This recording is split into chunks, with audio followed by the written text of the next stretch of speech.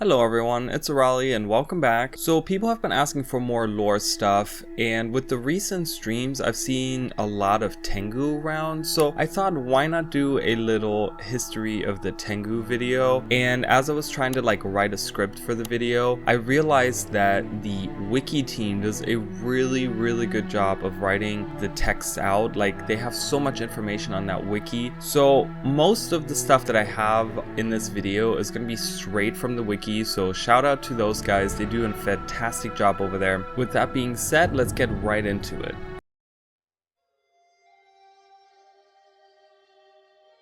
In ancient history, the Tengu are said to have lived throughout the world, although only the names of 5 clans throughout Tyria and Kantha are known. It is these clans who have the most direct relation to the Tengu inhabiting the Dominion of Winds today. Most of the history that is known of the Tengu begins with their southern tribes' contact with the humans in Kantha. After the Jade Wind necessitated further human settlement of Xingji Island, the Sensali tribe massacred an entire village and, according to rumor, ate the corpses. War with the Angshu cousins was, for a time, narrowly averted through the shrewd efforts of Emperor Hanjai's personal ambassador and a wise, level-headed Angshu chieftain in 880 AE. However, it was not possible to prevent the Sensali from attacking, creating a hatred between the two tribes that was only surpassed by their hatred of the mountain Yeti. When further human settlement of the island put Angshu hatchlings in contact with foreign diseases, the Tengu were forced to kill their own young, and they too joined the fight against the humans. The Tengu Wars would rage for almost 2 centuries, and it was not until early in the reign of Emperor Kisu that it looked like peace may be a possibility. The emperor's half-brother and master of Xingji Monastery, Togo, was called to the estate of War Minister Wona for a peace summit with the leaders of the Angshu and Sensali, among them Talon Silverwing, Gull Hookbeak, and Swift Honorclaw. The summit was a trap, however, intended to kill Togo and pin the blame on the Tengu, creating the pretext for a genocide. Togo and Talon Silverwing managed to fight their way out and Wona was put down, but the damage to human-Sensali relations was permanent. Later, in 1071 AE, a formal peace with the Angshu was finally reached, bringing an official end to the Tengu Wars. The peace was commemorated as the Day of the Tengu, at least while the peace lasted.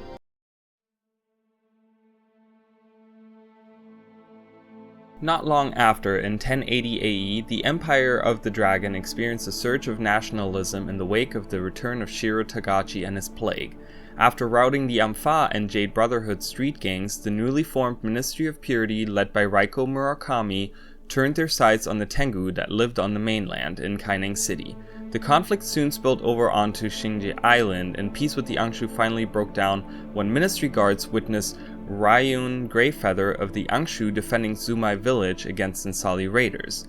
The guards believed Greyfeather and the Sensali to be working together and killed him. Later that year, a group of Angshu led by Sor Honorclaw joined forces with the Hero of Nightfall and various human factions to assassinate Raiko to end the Ministry's tyranny. However, the minister's death would only give the persecuted groups a temporary reprieve. In 1127 AE, Emperor Kisu's successor, Usoku, led a campaign to annex the vassal states of Kurzik and Luxon back into the empire with the Ministry of Purity's help, and began to drive out non-humans such as Tengu and Dredge. Against the might of the Kantha military, many Tengu would eventually have no choice but to flee north to Tyria.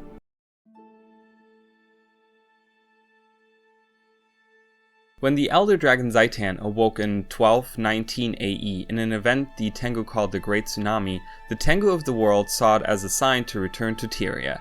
It was the descendant of Talon Silverwing that led the charge through Zaitan's risen forces, while the clans set their differences aside to survive through the calamity. When the Tengu reached land, they built a Dominion of Winds atop the island once known as Sanctum K to defend against Zaitan's minions, and unified their clans into 4 modern houses, one for each of the winds. Out of fear of a repeated past, they constructed a great wall to encircle their city, and non-Tengu were not permitted to enter. By this time, Tengu from Kantha, Central Tyria, and Elona were known to have settled into the Dominion of Winds. Despite their newfound unity, not all Tengu entered the Dominion of Winds. At least some Tengu from the Quetzal would settle into Auric Basin, and continue fighting anyone trespassing into their territory. Some of the families that had emigrated to Kryta from Kantha became lapsed Tengu, who would forget Old Kanthan in the following centuries. Some of the descendants of these immigrants attempted to enter the Dominion of Winds, but were turned away because they could not speak the guards' language despite being Tengu themselves.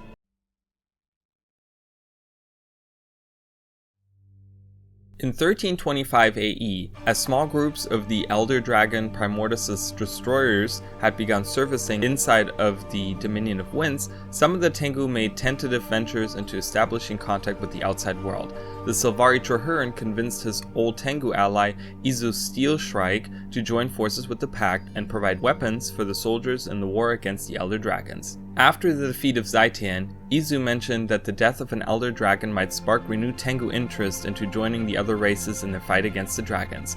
However, no such movement had been seen so far. Although many individual Tengu believed in building a peace with the other races, they had to argue their case before the leaders of the Dominion, who remained distrustful of the races due to the human betrayals in the past.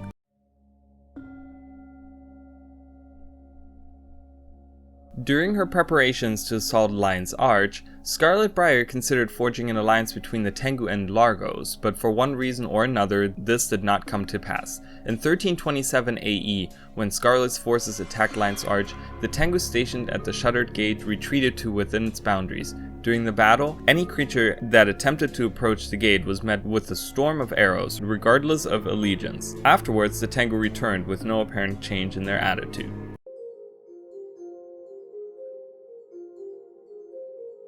As the Pact recovered from their fleet's decimation in the heart of Maguma during the campaign against the Elder Dragon Mordramoth in 1328 AE, they encountered the Quetzal Tengu, who had been known to dwell in the dense Maguma jungle and woodland cascades long before the Dominion of Winds was established. Apparently led by Commander Razorwing and another nameless commander, the Quetzal kept to the canopy of Auric Basin, out of the reach of Mordrum, and were known to assault Pact survivors.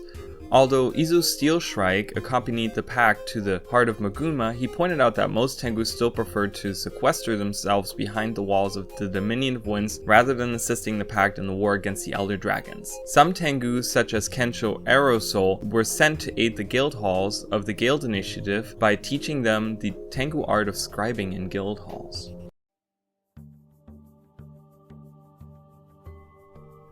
In 1333 AE, Char Dominion forces led by Imperator Bangar Ruinbringer and Tribune Ryland Steelcatcher assaulted humans, Norn, and Tengu settlements in Drizzlewood Coast while taking no prisoners and seizing resources and land for their campaign. The local Quetzal tribe offered their assistance to the human and Norn refugees and helped some of them escape, although the Char forces managed to kill several refugees from all three races. The Tengu historian Goro Cleverclaws was eventually convinced to seek refuge in the Eye of the North, where he helped translate his tribe's historical weapon carvings. Sometime later, when the Icebrood forces attacked the Dominion of Winds, the commander met up with Calidris Sparrowhawk, a Tengu who had only been outside the wall twice prior to that day. Calidris was in search of allies that would help her protect the Dominion, and the commander, along with Canuck, agreed to help. Only having been outside the Dominion a few times, Calidris was fascinated by the different races that helped in the fight against the Icebrood. After the fight, Calidris explained that she was surprised to find help, as she was told that humans would destroy them, demonstrating that most of the Tengu still didn't feel safe in the outside world and still didn't trust the other races. Alright, and that's pretty much it. I will say that this very last bit with the Dragon Response mission that I mentioned where the Icebrood attacked the Dominion of Winds, I actually had to write that myself because there was no information on the wiki. I guess they haven't had a chance to update some of the stuff, which is totally fine, but I ended up having to write that myself, so it's probably not as elegant and great as the other stuff that they have written. But yeah, that's pretty much it. So that's all we know about the Tengu history. It's pretty much like a synopsis. There's certain instances where certain names come up and stuff like that, but I don't think those things are going to be very important. I just kind of wanted to do like an overview of what the Tengu history is pretty much, and just kind of, you know, give you guys a look into what the Tengu are all about, kind of thing, and maybe bring you up to speed and maybe help you speculate on what we can see. Maybe we'll go to the Menu of Winds at some point. I really like seeing the Tengu that we have seen on Xingji Island. They look really cool. They have some really cool models on there. So I'm really excited to go and check that out and maybe get some more lore behind what's really going on with the Tengu in Kantha. But that's going to be it for today. If you guys like this video, let me know. I can make other videos like this. The wiki, like I said, the people that make the wiki are fantastic. They do such a great job, and I would really love to give them another shout out and really utilize the stuff that they have worked on for videos like this. So thank you all so much. I'll see you guys in the next video. Bye guys.